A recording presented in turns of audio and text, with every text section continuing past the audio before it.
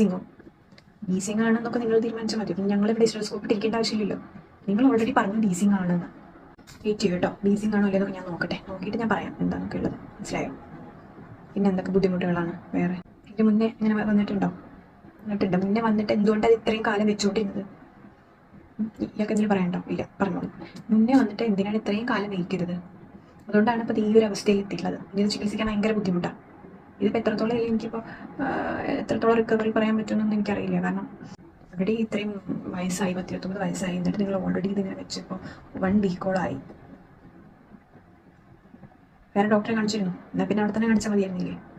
വേറെ ഡോക്ടറെ കാണിച്ചിരുന്നു എന്ന് വെച്ചാൽ പിന്നെ എന്തിനാ ഇങ്ങോട്ട് വന്നത്? നിങ്ങൾ ഓരോ പരീക്ഷണങ്ങൾക്ക് അനുസരിച്ചിട്ട് നിൽക്കാനല്ല ഞങ്ങൾ വിളിക്കുന്നത്. മനസ്സിലായോ? ഞാൻ 2 മെഡിസിൻ എഴുതിയിട്ടുണ്ട്. ഇവിടെ മെഡിക്കൽ ഷോപ്പിൽ നിന്ന് വാങ്ങണം, പുറത്തൊന്നും വാങ്ങിക്കരുത്. ഇവിടുത്തെ ഫാർമസിയിൽ നിന്ന് തന്നെ വാങ്ങിക്കണം. വേറെ കണ്ടന്റ് ഉള്ളതും വേറെ കമ്പനിയുടെ ഒക്കെ മരുന്ന് വാങ്ങിയിട്ട് അവസാനം ഇത് മാറിയിട്ടില്ല എന്ന് പറഞ്ഞിട്ട് എന്നെ പറഞ്ഞിട്ട് കാര്യമില്ല. ഞങ്ങൾ